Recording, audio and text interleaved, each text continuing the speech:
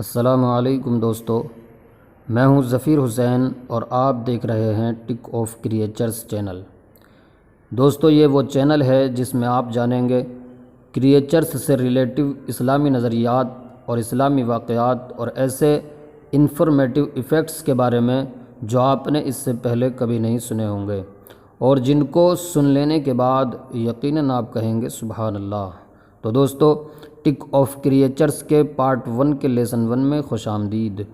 آج ہم بات کریں گے الاسد یعنی شیر کے بارے میں۔ شیر درندوں میں سب سے زیادہ مشہور جانور ہے۔ عربی زبان میں شیر کو اسد کہتے ہیں۔ امام دمیری رحمۃ اللہ علیہ فرماتے ہیں کہ شیر کے بہت سارے نام ہیں اور کسی چیز کے زیادہ نام اس کی عظمت کی دلیل ہوتے ہیں۔ امام ابو عبداللہ بن احمد رحمۃ اللہ علیہ فرماتے ہیں کہ شیر کے 500 نام ہیں اور اس کی اتنی ہی صفات ہیں۔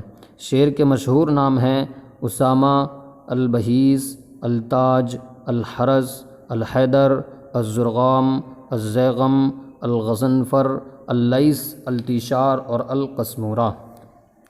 علماء لغت کے نزدیک شیر کی کنیتیں ہیں ابو الابطال، ابو الحفص، ابو الاخیاف، ابو زعفران، ابو العباس اور ابو الحرس۔ دوستو، شیر جنگلی جانوروں میں اشرف و افضل مانا جاتا ہے، اس لیے کہ شیر کی حیثیت اس کے طاقتور اور بہادر، سنگدل اور چالاک، بد مزاج اور بد خلق ہونے کی بنا پر ایک بارعب بادشاہ کی سی ہوتی ہے۔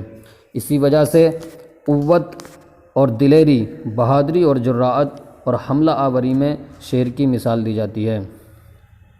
حضرت حمزہ بن عبد المطلب رضی اللہ تعالیٰ عنہ اور حضرت علی المرتضیٰ وجہ اللہ الکریم کو اسی وجہ سے اسد اللہ یعنی اللہ کا شیر کہا جاتا ہے۔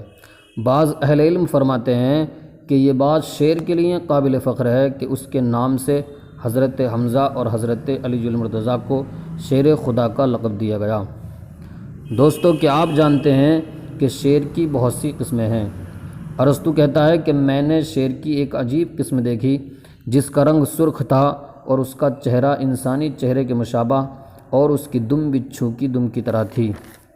اسی قسم کا ایک دوسرا شیر بھی ہے جس کی شکل گائے کی شکل سے ملتی جلتی ہے اور اس کے کالے سینگ ہوتے ہیں جن کی لمبائی ایک بالشت کے برابر ہوتی ہے۔ ارسطو نے کوئی جن یا کوئی بھوت دیکھ لیا ہوگا یا یہ کوئی سربراہ انسان ہوگا جو شیر کی یہ عجیب سی قسمیں بیان کر گیا۔ بھلا یہ کیسے ہو سکتا ہے؟ دوستو، اگر آپ ایسا کچھ سوچ رہے ہیں تو یقین جانیے کہ ارسطو کے بارے میں آپ بالکل نہیں جانتے۔ ارسطو یعنی ایرسٹوٹل، اسلامی کتب میں اس کا نام حکیم ارسطاطالیس بھی آتا ہے۔ ارسطو کی ولادت 384 BC یعنی عیسیٰ علیہ السلام کی پیدائش سے 384 سال پہلے پیدا ہوا اور اس کی وفات 322 BC ہے۔ ارسطو افلاطون کا شاگرد تھا۔ اس نے تقریباً 20 سال تک افلاطون کی قائم کردہ اکیڈمی میں تعلیم حاصل کی۔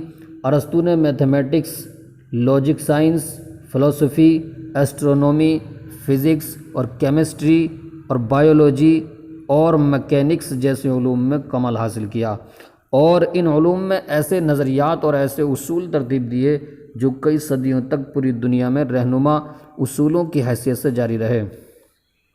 ارسطو نے اپنے عملی مشاہدے اور ریسرچ کی بنا پر جانداروں کو ان کی بناوٹ کی پیچیدگی، نسل افزائی کے طریقوں اور دوسری خصوصیات کی بنا پر مختلف قسموں میں تقسیم کیا اور ارسطو علم الحیات یعنی بائیولوجی کا بانی ہوا۔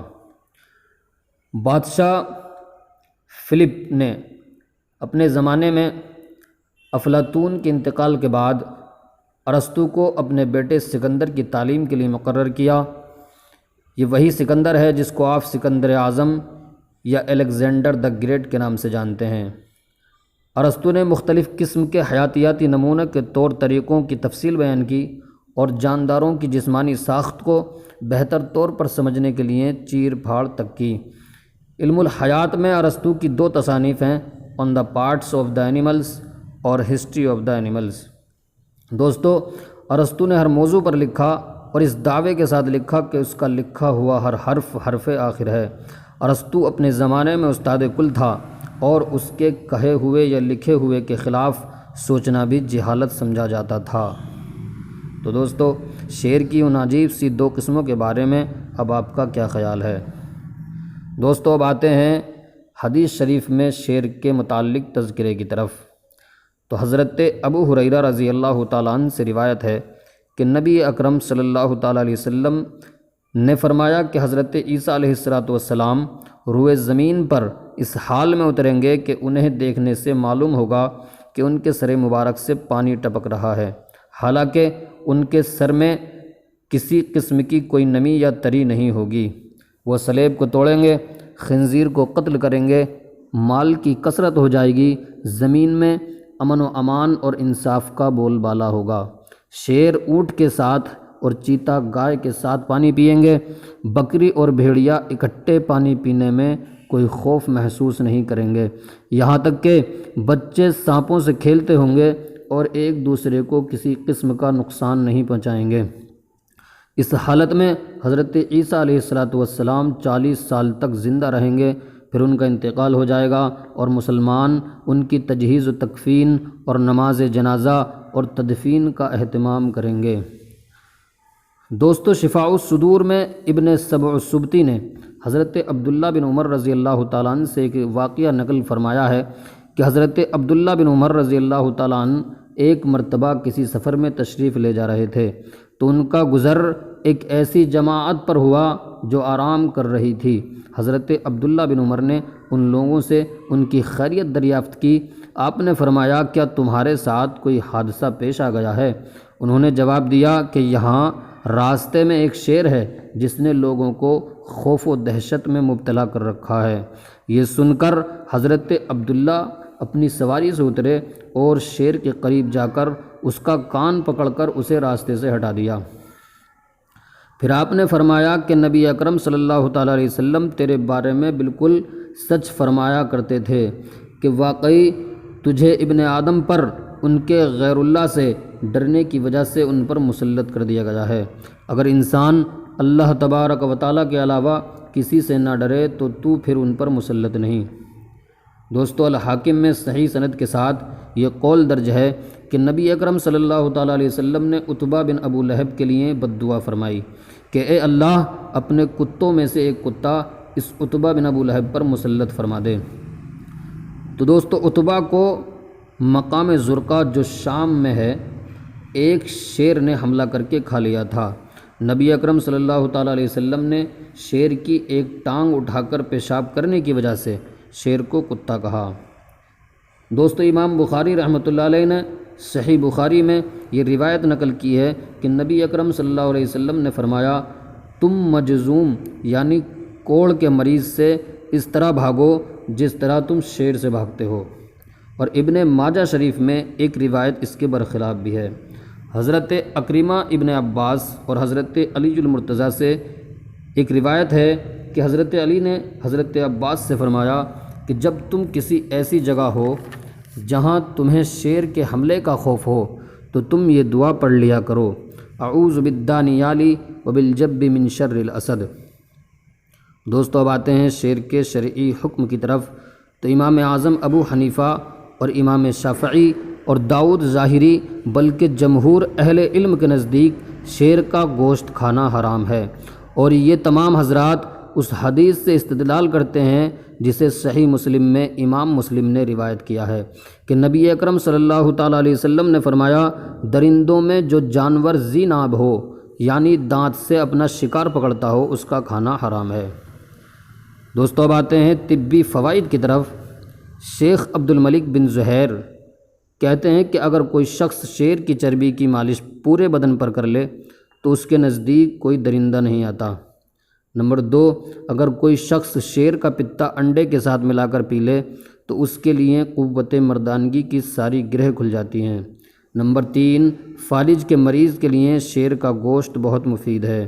نمبر 4، ہرمز کہتا ہے کہ شیر کی کھال پر بیٹھنے سے بواسیر اور پاؤں کا درد اور انگوٹھے کے درد کا خاتمہ ہو جاتا ہے۔ نمبر 5، تبری کہتے ہیں کہ شیر کے پتے کا سرما آنکھوں میں لگانے سے بینائی میں اضافہ ہوتا ہے۔ نمبر 6، اگر کسی کو یرقان ہو گیا ہو یعنی پی لیا ہو گیا ہو تو شیر کے پتے کو ایک دانت کے برابر آب اسبگول اور پودینے میں ملا کر پلایا جائے تو مفید ہے۔ نمبر 7، اگر کسی کو سستی اور کاہلی کی شکایت ہو یا بدن میں چھائیاں پڑ گئی ہوں تو شیر کی چربی کی مالش اس کے لیے مفید ہے۔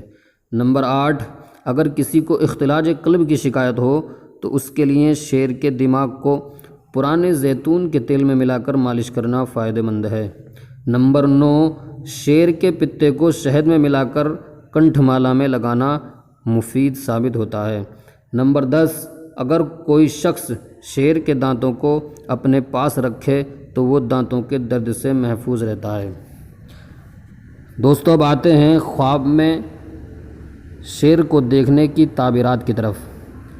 تو دوستو شیر خواب میں کبھی ظالم و جابر کی شکل میں، کبھی زبردست بہادر مضبوط گرفت کرنے والا، کبھی خطرناک دشمن اور کبھی نہایت کامیاب حملہ آور کی شکل میں آتا ہے۔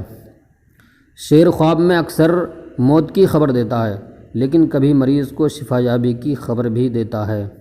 علامہ محمد سیرین فرماتے ہیں کہ اگر کسی نے ایسا خواب دیکھا کہ شیر اس کے مقابل آ گیا ہے پھر وہ شیر سے دور بھاگ رہا ہے تو اس کی تعبیر یہ ہوگی کہ شیر کو دیکھنے والا ہمیشہ بخار میں مبتلا رہے گا یا جیل میں زندگی گزارے گا، اس لیے کہ بخار مومن کے لیے قید خانہ ہے۔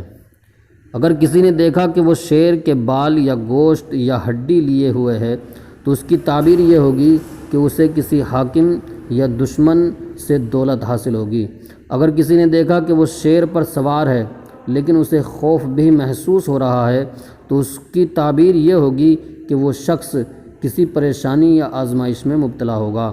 اور اگر سوار ہونے والے کو خوف محسوس نہیں ہو رہا تو دشمن پر غلبہ حاصل ہوگا۔ اگر کسی نے خواب میں دیکھا کہ وہ شیر کے ساتھ بغیر کسی خوف کے لیٹا ہوا ہے تو اس کی تعبیر یہ ہوگی کہ وہ دشمن سے محفوظ رہے گا۔ اگر کسی نے خواب میں دیکھا کہ وہ شیر کا سر کھا رہا ہے تو وہ کسی ملک کا حاکم بنے گا۔ اگر کسی نے خواب میں دیکھا کہ شیر اسے دیکھ کر چنگاڑتا ہے تو دیکھنے والا کسی مرض میں مبتلا ہوگا۔ واللہ اعلم بالصواب۔ دوستو ہم نے اپنے اس ویڈیو میں شیر کے متعلق نظریات، واقعات اور شرعی حکم کی بحثوں اور تعبیرات کو مختصراً بیان کیا ہے۔ تو دوستو آج کی ویڈیو میں بس اتنا ہی۔ آپ کو شیر کے بارے میں معلومات کیسی لگی مجھے کمنٹ باکس میں ضرور بتائیے گا، اور اگر ویڈیو اچھی لگی تو اس کو لائک اور شیئر ضرور کر دیجیے گا، اور ساتھ ہی ہمارے چینل کو سبسکرائب بھی کر دیجیے گا تاکہ میری آنے والی ویڈیوز آپ تک آسانی سے پہنچ سکیں۔ اب میں ملوں گا آپ سے ایک نئی انٹرسٹنگ اور ویری انفارمیٹیو ویڈیو کے ساتھ، تب تک کے لیے چاہوں گا اجازت۔ خدا حافظ۔